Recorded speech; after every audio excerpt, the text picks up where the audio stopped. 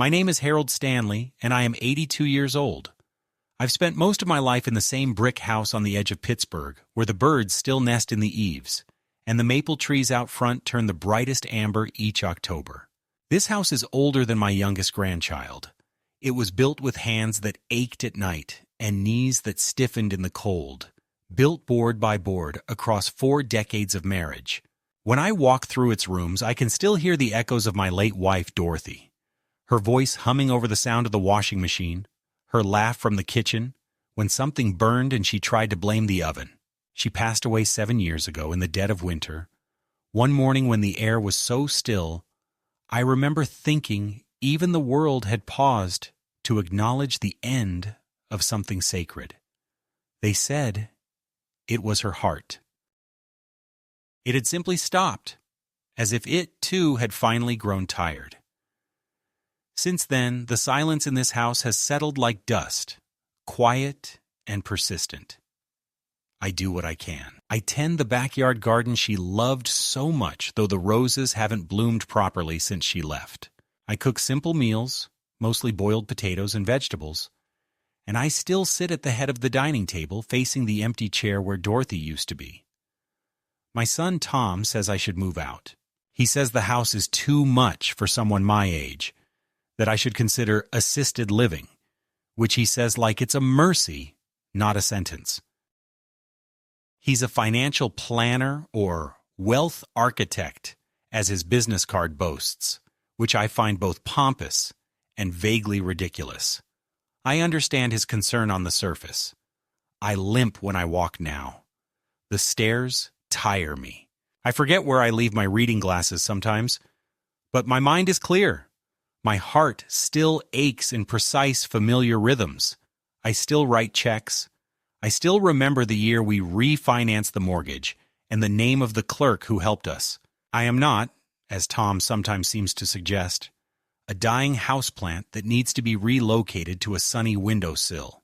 Still, he brings it up constantly. The calls start pleasantly enough. Mom, how are you, Dad? Or did you see the game last night?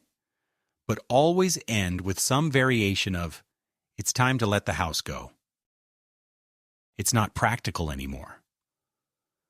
His wife Celeste rarely speaks during these visits, but when she does, it's with that voice adults use with small children. Slow, artificially gentle, each word weighted down with assumed superiority. You must be so tired taking care of this place all by yourself, she cooed once, her eyes already darting around the living room as though measuring the space for resale. I do get tired.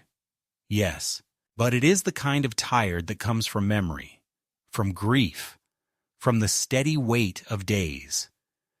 It is not the kind of tired that makes me ready to surrender everything I've built to people who barely visit unless there's paperwork to sign.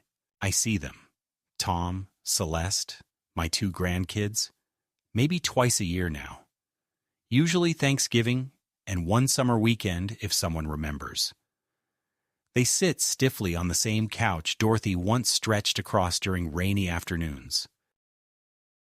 They sip their drinks and ask polite questions about my health. And I answer as honestly as I can without revealing the creeping fear that sometimes, in the middle of the night, I forget what Dorothy's voice sounded like. The grandkids, Austin and Bree, are teenagers now, glued to their phones, smiling at me out of obligation. I used to hold them when they were infants, singing old folk songs into their soft little ears. I wonder if they remember.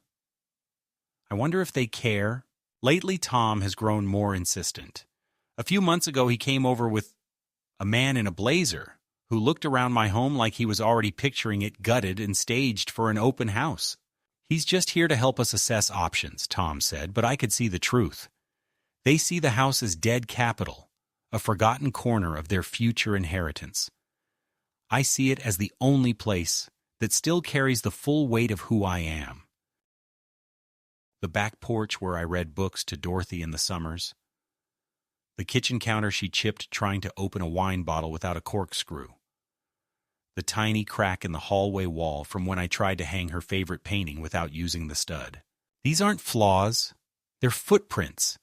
They're reminders that we lived here fully and without apology. After that visit, I started locking the front door even when I was home.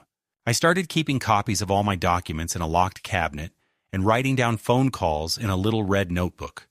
Just in case. I'm not paranoid. I'm prepared. I've seen enough families torn apart by money to know how quickly love can rot when assets are at stake. I never thought it would happen in mine, but then again, I never thought my son would look me in the eye and say, "Dad, you don't really need this house anymore, do you?" As though ownership were a matter of physical endurance, not memory, not meaning. He said I was too old to own property. That phrase, "too old to own property," looped in my head for days. What does that even mean? Is there an expiration date now on dignity? A shelf life on autonomy? I built this house when I had nothing but calluses and dreams. I stayed up late doing electrical work with a flashlight between my teeth. I paid off the mortgage by clipping coupons and skipping vacations. And now because I don't jog 5 miles a day or drive a new car, I'm supposed to sign it away like a confused tenant being evicted by the flow of time? I don't think so. There's something you learn when you've outlived half the people you loved. You learn that loss doesn't soften the world. It sharpens it. It shows you who's watching you fade and who's actively helping you disappear. I may be old, but I am not gone yet. And as for the house, they'll learn soon enough, because what I did with the deed will change everything. It started with a clipboard and a plastic smile. One Saturday morning, I opened the door to find Tom standing beside a man in a crisp shirt and tie who introduced himself as Zach from Estate Solutions, though he said it with the cadence of someone reciting a name for the 100th time. Tom grinned like a salesman, too pleased with his own pitch. "Dad, we're just exploring possibilities," he said, stepping inside without waiting for an invitation. Zach followed, already scanning the house like he was cataloging it in his mind. Square footage, natural lighting, resale potential. He commented on the original character of the wood paneling, which I knew was code for needs updating. Tom said they were looking into maximizing the home's market value before it declines any further, which sounded like I was a leaking roof or a bad water heater.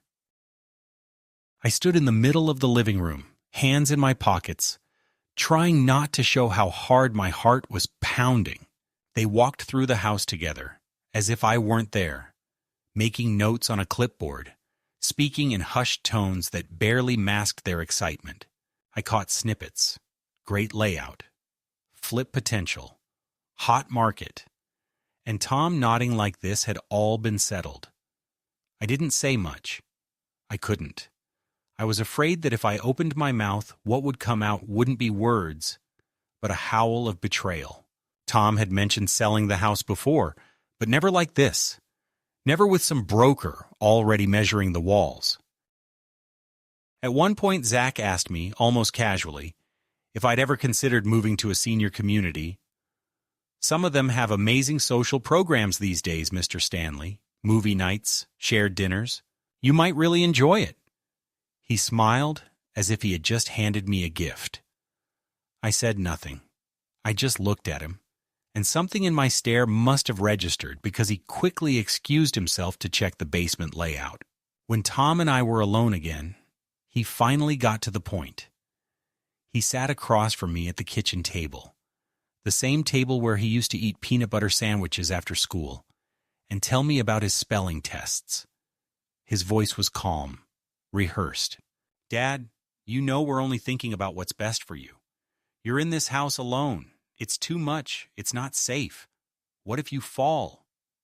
What if something happens and no one finds out for days?" He leaned forward. "I've already spoken with a few buyers. Interest is high. If we act fast, we can get you a good place at Fairview Residence and still have enough left over to put some money aside for your care." I stared at him, trying to process what he'd just said. Fairview Residence? That was a facility. A clean, quiet, managed facility where people were slowly forgotten. He kept talking, faster now, like someone who knew he had to say everything before I could stop him. Look, I've already drafted some of the paperwork. It's all standard. Just transfer of ownership and temporary power of attorney so I can handle the details. It's easier if I sign for you while we get the timing right. You wouldn't need to deal with the headaches. We'd take care of everything. And then he pulled out a manila envelope. Just like that. Slid it across the table like it was a birthday card. If you want, we can go over it together. You can take a few days to think. No pressure. I didn't touch the envelope. I just looked at it. I remember thinking how heavy it suddenly felt in the room, how those papers, whatever they said, carried the weight of everything Dorothy and I had built. Not just a house, but a life. A home where we raised a son who now sat across from me, speaking in the language of transactions. I told him I'd think about it. He smiled and said that was fine, that he was proud of me for being open-minded, and he left, humming, as he went out the door. But the moment it closed behind him, I picked up the envelope, walked to the kitchen, and slid it into the freezer behind the bag of frozen peas. I didn't want it near me. I didn't want its presence in my home. I stood there for a long time, hands shaking, staring at that door. I realized then what had changed. Tom wasn't asking anymore. He was assuming. He had already decided. That night, I couldn't sleep. I kept seeing Dorothy's face in the hallway, hearing her voice in the garden. She would have known what to do. She always had a clarity I lacked when it came to people. She used to say, Tom has your ambition, but none of your fear. That's dangerous. I didn't understand it back then. Now I did. He wasn't trying to help me. He was trying to eliminate an obstacle. I was no longer a person to him. I was a complication in a financial equation. I was the line item standing between him and a liquidity event. The next day I called an old friend of mine, Alan Becker, a retired lawyer who'd helped me with Dorothy's will. I asked if he had time for coffee. When I arrived at the diner, he looked up from his crossword and saw something in my face that made him fold the paper instantly. What's going on, Harold? I slid the envelope across the table. He opened it, brows furrowing as he read through the dense legalese. After about 10 minutes, he leaned back and exhaled sharply. Jesus, he said, he's trying to get you to sign a full transfer of title and durable power of attorney in one go. If you signed this, he could sell the house without asking you, take the money, and legally move you into a facility without your consent. I stared at him.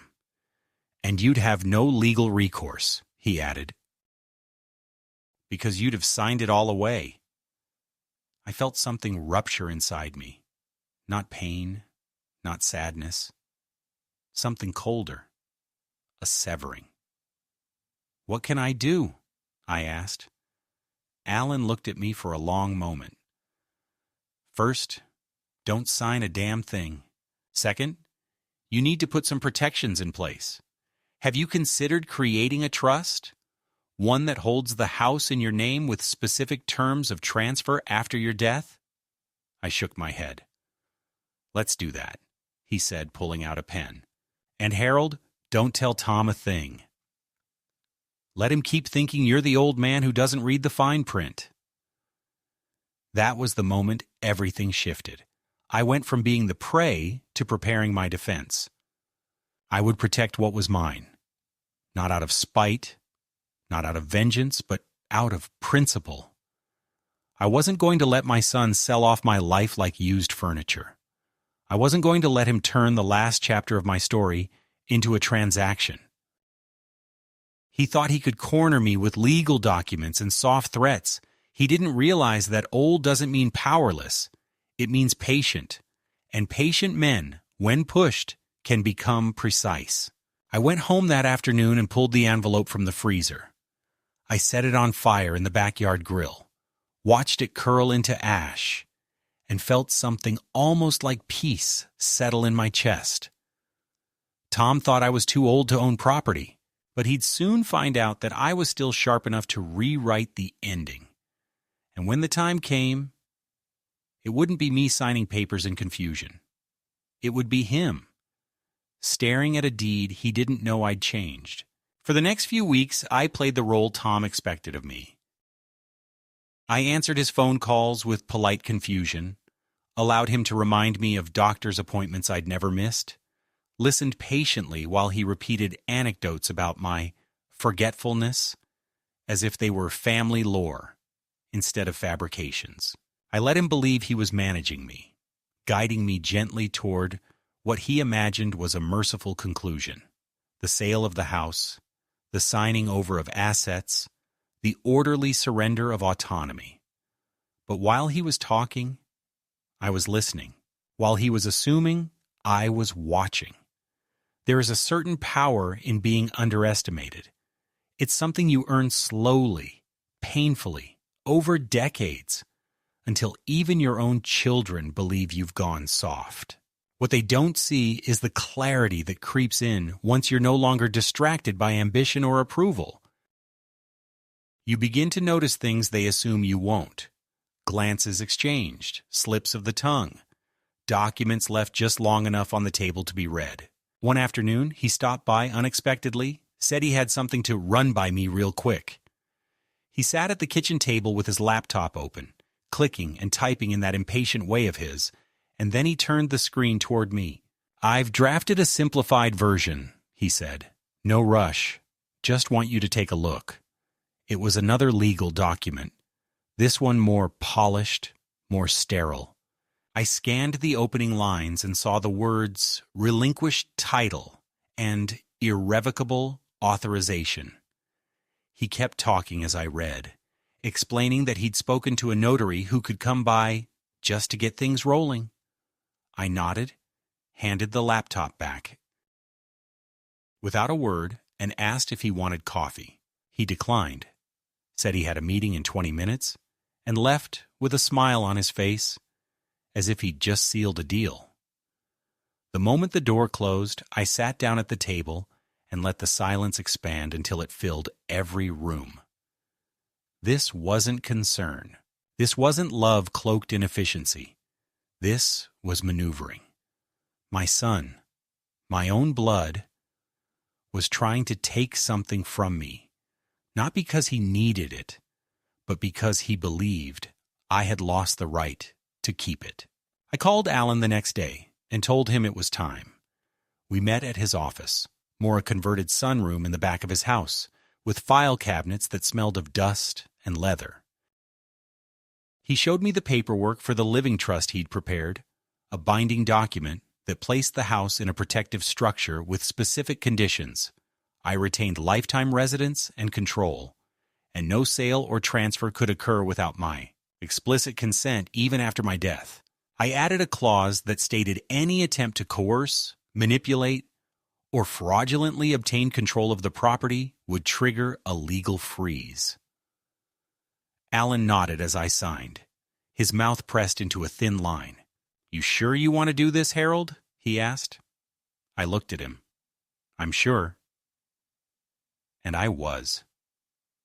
Not because I wanted to punish Tom, but because I wanted to reclaim the part of myself I had been slowly convinced to surrender. That night, Tom called again. "Hey, Dad, just checking in. Did you get a chance to look at that doc I sent?"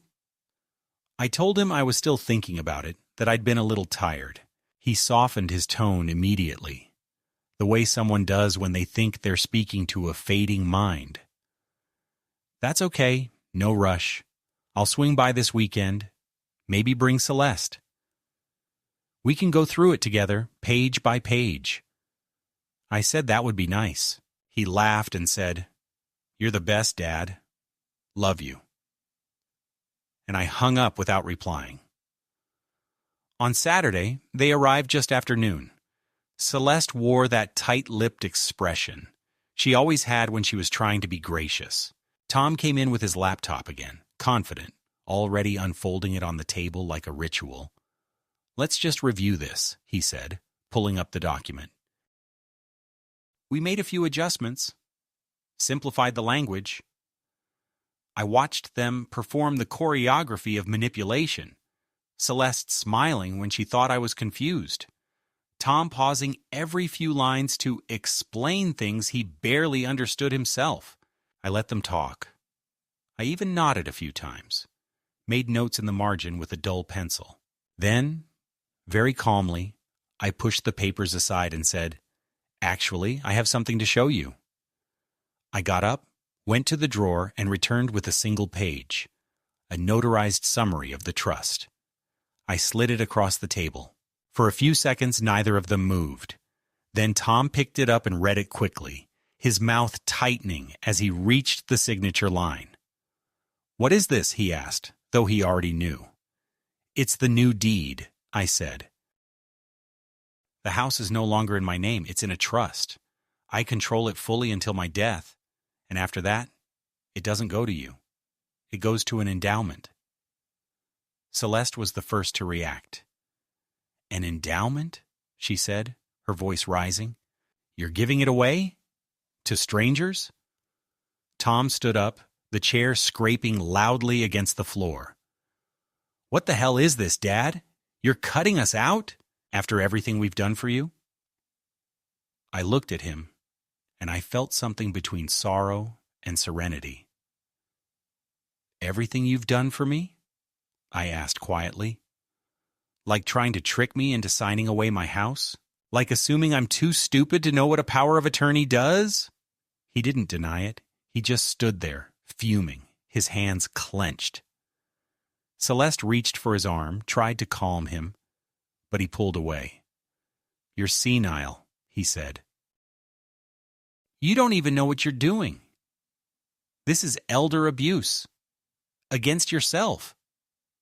I almost laughed. Not because it was funny, but because it was pathetic. "No, Tom," I said. "What you tried to do is elder abuse. What I'm doing is protecting myself. You made this happen. You showed me who you were, and I believed you." The silence that followed was thick and awkward.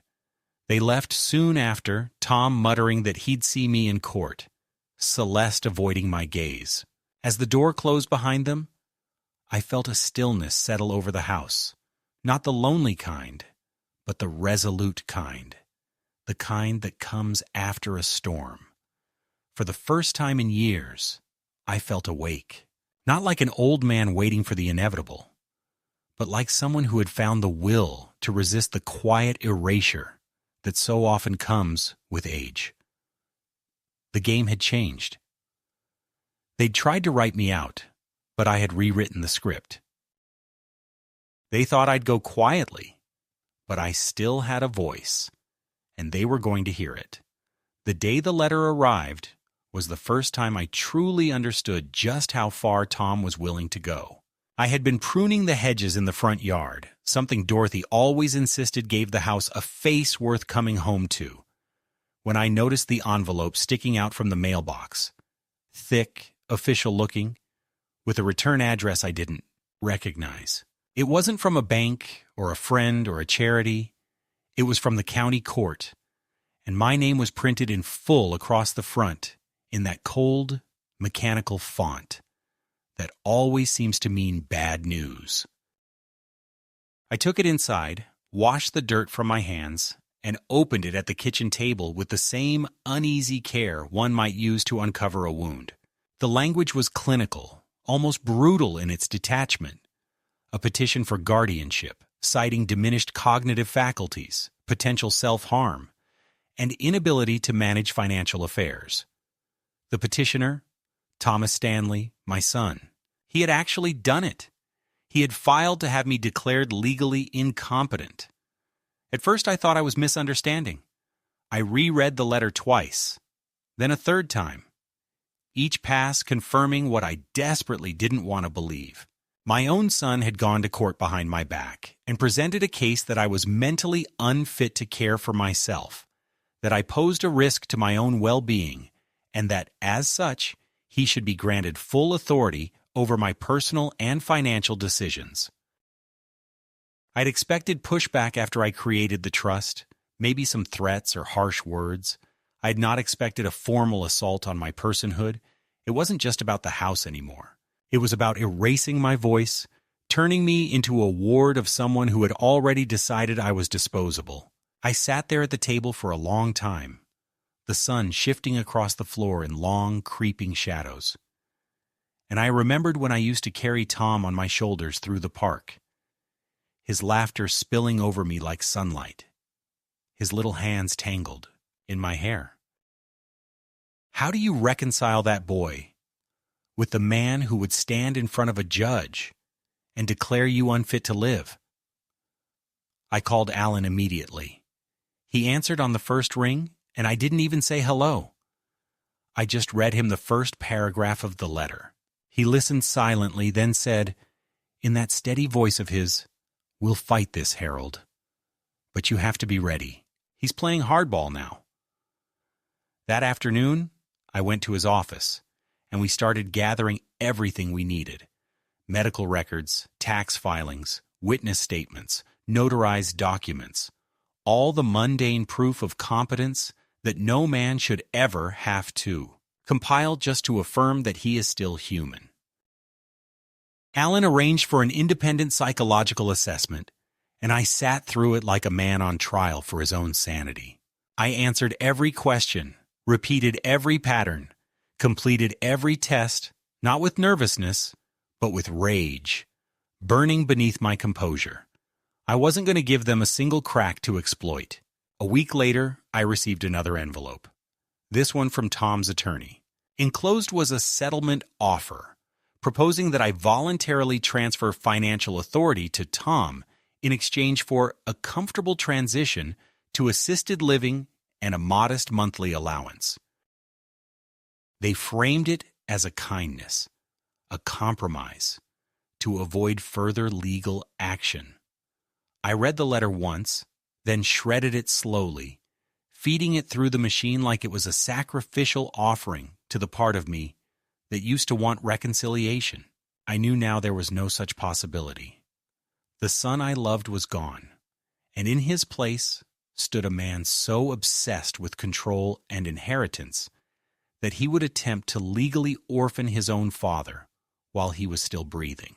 The next hearing was scheduled for the following month. Until then, I lived in a state of quiet readiness, like a soldier in a foxhole, waiting for the next barrage.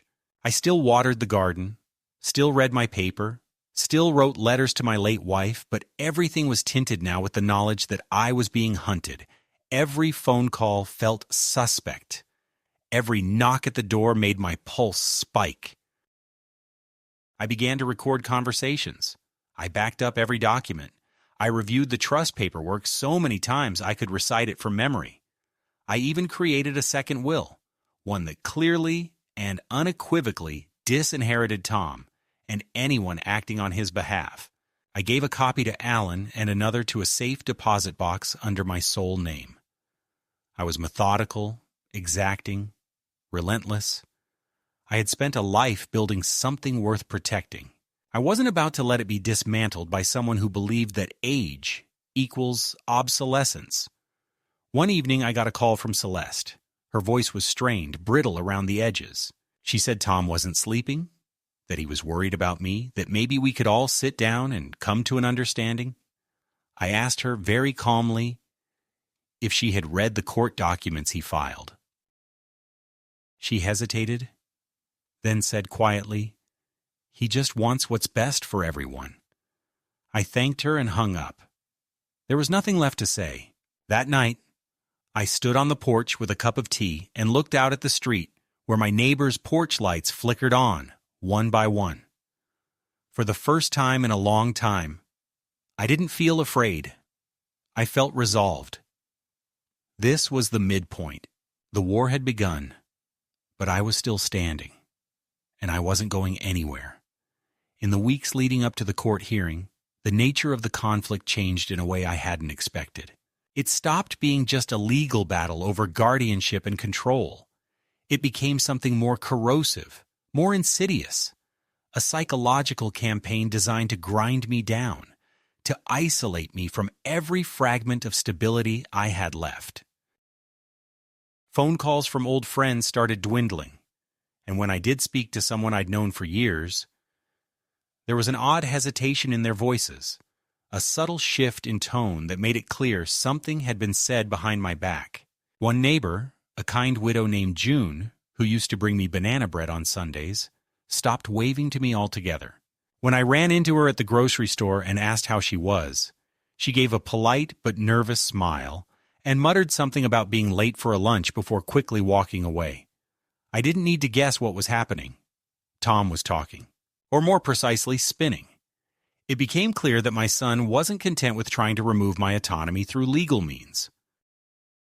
He was trying to build a social case as well, planting the image of a doddering old man whose paranoia and confusion had reached dangerous levels. It wasn't enough for him to win in court.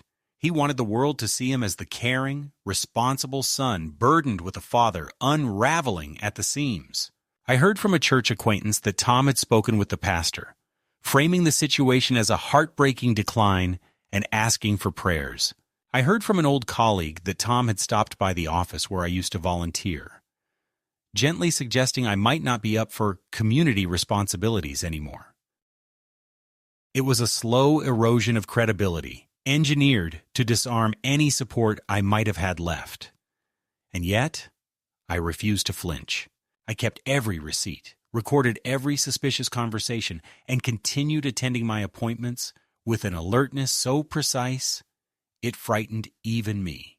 When the court-appointed psychologist came to evaluate me, I offered him coffee, walked him through my home, and handed him a binder of documents that detailed the timeline of Tom's efforts, complete with annotations, emails, and legal advisories from Alan. The man blinked at the thoroughness. "Most people don't prepare like this," he said, scribbling notes as he spoke. I smiled without humor and replied, "Most people aren't being hunted by their own children." The look on his face told me he understood. Then came the most brazen act of all. One evening, I returned home from the grocery store to find the lock on my front door tampered with. It wasn't broken or forced, nothing that obvious. But the key didn't fit the way it used to. I had to jiggle it, force it, twist with more strength than usual. When I finally got inside, I noticed subtle differences. A chair moved, a cabinet slightly ajar, the drawer where I kept my checkbook opened by half an inch. No obvious theft, no vandalism, just enough to suggest that someone had been there. I checked every room, every closet, every corner. Nothing was gone, but something had been disturbed. The air in the house was wrong, like a breath held too long. I called Alan immediately. "Change the locks," he said. "Now, don't wait." I did that night, hiring an emergency locksmith who arrived at 11 and worked until 1 in the morning. While he drilled and refitted, I sat by the door with a baseball bat, feeling like a man who had just narrowly escaped being buried alive. The next morning, Alan called with news. "There's a development," he said. "Tom filed a supplementary petition claiming you've been seen wandering the streets at night in your bathrobe, muttering to yourself." I laughed so hard I nearly dropped the phone. "Do we have proof of that?" I asked. "A police report? A witness statement?" Alan sighed. "No, but it's been submitted to the court as supporting testimony. It's hearsay, but damaging if believed." My smile faded. I realized then that Tom didn't need to prove anything definitively. He just needed to raise enough doubt, make the question seem credible, plant the seed, let it grow. I didn't leave the house for the next few days, not out of fear, but out of strategy. I documented everything. I wrote daily journals. I recorded voice memos. I placed a motion-activated camera in the hallway in case someone tried to enter again. And when the day of the hearing came, I walked into the courthouse, not as a frail old man, but as someone prepared to fight for his identity with every ounce of strength he had left. The courtroom was sterile, with beige walls and flickering fluorescents that gave everyone a sickly pallor. Tom was already seated, flanked by his lawyer and Celeste, both dressed like they were attending a corporate presentation. I nodded at him when I entered. He didn't nod back. The proceedings began with the judge, a woman in her 60s with sharp eyes and a clipped voice, asking both sides to present their positions. Tom's lawyer went first, painting a portrait of a concerned son watching his father decline rapidly. Stories of forgotten stove burners, misplaced medication, rambling phone calls, and late-night wanderings. Mr. Stanley has become increasingly erratic, the attorney said, voice smooth and solemn. This petition is not about control, it's about safety. Then he sat down, visibly pleased with his performance. Alan stood and responded with precision, presenting medical records from the last year, psychological evaluations, notarized letters from 2 physicians, and a testimony from my financial advisor who confirmed that I managed my own affairs competently. Then finally the judge turned to me. I stood up, slow but steady, and cleared my throat.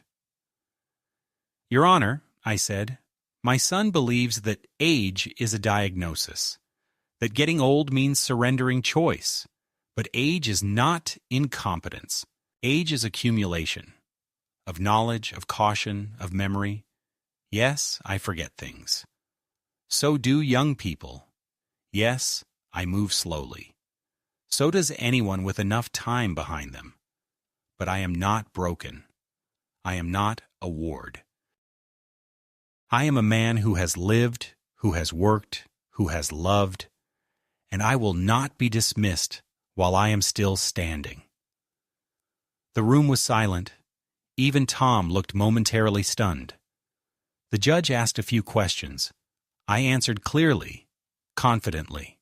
I knew the date, the president, the value of my assets, and the details of my estate. I referenced the trust, cited the deed transfer, and even quoted one of Tom's own emails. When it was over, the judge said she would take the matter under advisement and issue a decision within a week. I thanked her, gathered my papers, and left the courtroom without looking back. 2 days later, the court ruled in my favor. The petition was denied, citing insufficient evidence of cognitive decline and clear documentation of independent function. Tom was ordered to cease all attempts to act as guardian, without further court approval. It was a victory, yes, but it felt more like an armistice than peace, because I knew, deep down, that Tom wasn't done. People like him don't stop. They regroup. And I, an old man maybe, but not yet defeated, began preparing for the next strike, because if he came for me again, it would be war. And this time I'd take everything. The house, the money, the name, and the last illusion that family, by blood alone, entitles anyone to ownership of another man's life. After the court's decision, I thought there might be a moment of silence, a brief lull in which Tom would retreat, lick his wounds, perhaps even reflect on the magnitude of what he had tried to do. I was wrong. The silence that followed was not an end, but a recalibration, and I knew that if I waited for him to come again, it would be with more cunning, more desperation, and fewer traces of shame. So I didn't wait. I struck first. I reached out to a real estate firm through Alan's contact, a woman named Marlene Page, who had been in the business for over 30 years and had seen her share of family wars disguised as property sales. She met me with a firm handshake, sharp eyes, and a quiet understanding that needed no explanation. We don't just sell houses, she said. We close chapters, and we open new ones. I handed her the trust documentation and told her I wanted to initiate the process to liquidate my share. Or the whole property, if possible, I added, even if they don't consent. She looked over the deed, nodded slowly, and said, "They may scream, but they can't stop you." Within a week, the property had been formally appraised and a listing prepared, though for legal reasons, it required formal notification to the other co-owners, Tom and Celeste. The notice was sent via certified mail as required. I knew what would come next. Rage, accusations, calls I wouldn't answer. But I had waited long enough. I had spent years trying to be patient, generous, forgiving. I had opened my door to a son who saw me as nothing more than a future estate. I had signed checks when I should have asked questions. Now, all that remained was to act. On the third day after the letter was delivered, Tom showed up at my front door, unannounced. I watched him through the glass for several minutes before I opened it. His face was flushed, his hands trembling not with grief or sadness, but fury. What the hell is this?" he said, holding the letter in one hand, crumpled and sweat-stained. "You're trying to sell the house? You want to force a sale?" I said nothing for a moment, then calmly replied, "It's my house too. A third of it, at least. You told me I was too old to own anything. I'm simply proving you wrong." He looked at me like he didn't recognize the man standing in front of him. "This is insane. You'll destroy everything. Bree's college fund, our mortgage. You want to humiliate us?" I shook my head. "No, Tom. I want to end the illusion that you've earned any of it. That house was bought with my money, my name on the loan, and promises you never intended to keep. I waited years for you to treat me like family. Now I'll settle for you treating me like a legal equal." He stepped forward, invading the threshold. "You don't know what you're doing," he hissed. "You'll regret this." I stepped back, not in fear, but in disgust. "I regret trusting you. That's the only thing I regret."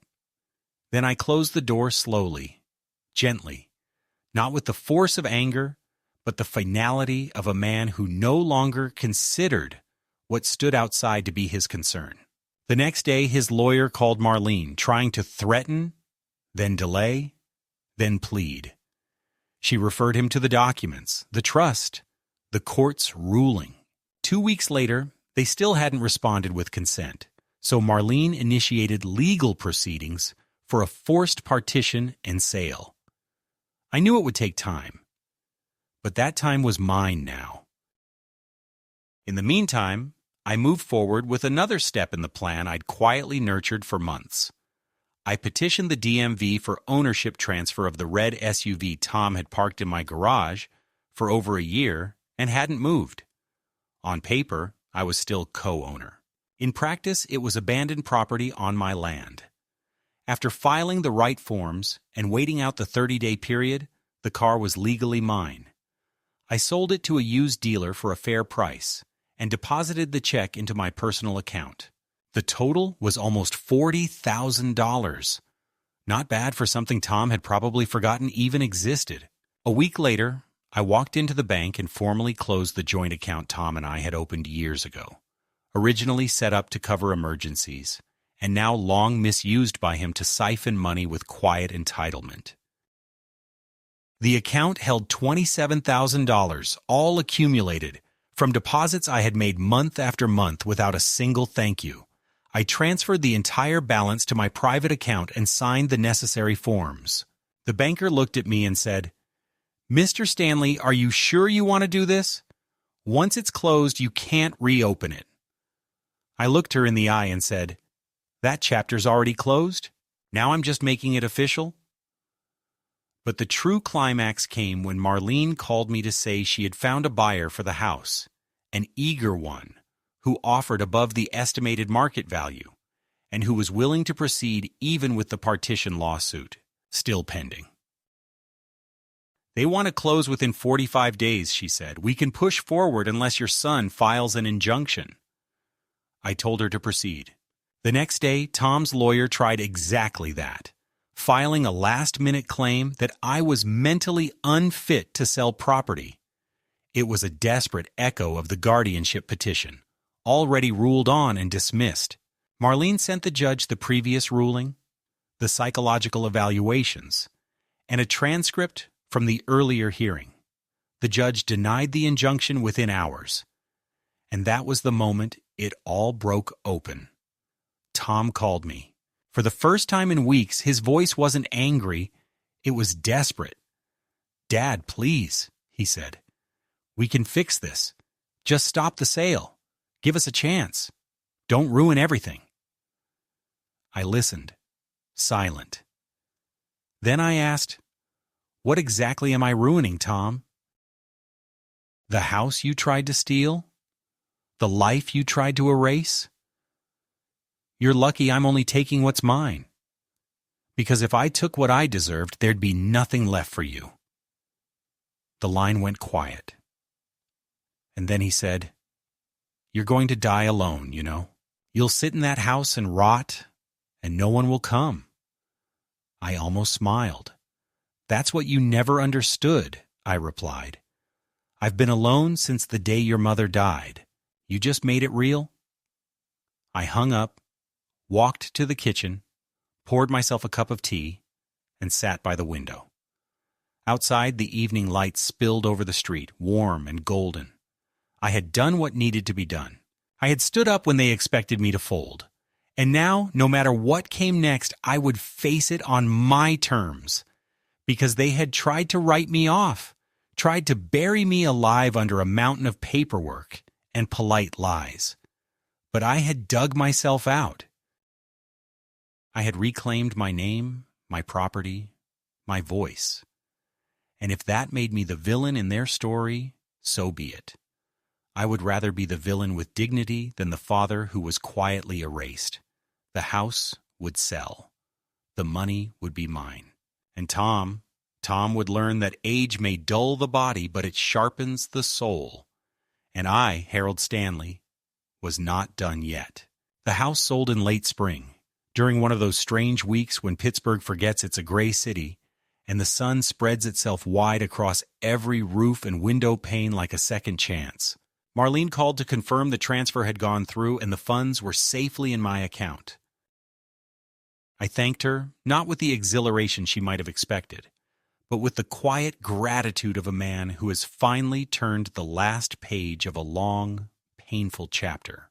The new owners, a retired couple from upstate New York, sent a letter thanking me for keeping the soul of the house alive.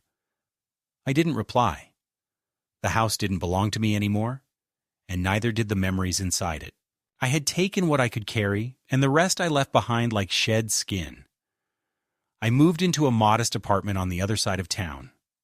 Nothing grand, just 2 rooms, a balcony, and a quiet view of the park. I filled it with only what mattered. A few photos of Dorothy, my books, the old wooden clock she loved, and the letter my grandson Austin had once left under my pillow when he was 10, written in crooked letters that said, "You're the strongest man I..." No. That paper, worn and folded 100 times, still lives in the drawer of my nightstand. I haven't spoken to Austin or Bree since the final fallout with Tom, though I've heard through whispers that Bree asked her mother if she could write to me and was told no. That hurt. More than I expected. But I've learned that pain, at my age, is like weather. You can't stop it. But you learn which coats to wear. Tom hasn't contacted me since the sale closed. No letters, no phone calls, not even the performative outrage I thought might follow. It's as if I've been cut from the family ledger, a name no longer spoken aloud. And strangely, that silence, once terrifying, now feels like relief. When people ask, I say my son lives in another state, which is true. In every sense that matters. I sometimes wonder if he regrets it, if late at night he hears my voice in the corners of his conscience. But then I remember the cold efficiency of his actions, the calm he maintained while trying to reduce my life to a transaction. And I know there is no regret in him, only hunger.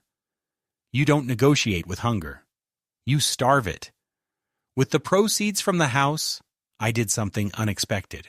I created a small private foundation in Dorothy's name, the Dorothy Stanley Shelter Trust, meant to support elderly individuals at risk of homelessness due to family neglect or financial manipulation. Alan helped me with the paperwork, and we funded the first 5 grant recipients within a month. The stories they sent me of children who emptied savings accounts, of nursing homes forced upon them without warning, of lives reduced to storage bins and hospital beds, confirmed what I had feared. My story wasn't unique, but it didn't have to end the same way. In every letter I wrote them, I ended with the same words: "You are still the owner of your name." I spend my days simply now. I wake up early, drink coffee on the balcony, and watch the world forget me slowly, gently. And yet, there's a peace in that forgetting. No one asks me to sign away my future. No one measures my worth in square footage or utility bills. I am not visited out of obligation or spoken to like a burden. I am alone, yes, but it is the aloneness of a man who has chosen solitude over performance. Sometimes in the evenings, I sit with the letter Austin wrote and whisper the words aloud, letting them hang in the air like a prayer. "You're the strongest man I know." And I believe them, not because I won in court or outmaneuvered my son, but because I remembered, when it mattered most, that strength isn't noise. It's refusal. Refusal to disappear quietly. I don't know what will happen when I die. I've written my wishes plainly. No funeral. No eulogies from people who forgot me when I still breathed. My ashes will be scattered in the garden of a shelter I helped build. That will be enough. I've made peace with the story. I've carved my name back into the world. And if, one day, Austin or Bree finds their way to the truth, if they ever read what really happened, I hope they understand not the war, but the reason for it. I hope they know I didn't fight to win. I fought to stay. Because no one, not even your own child, has the right to erase you before you're gone.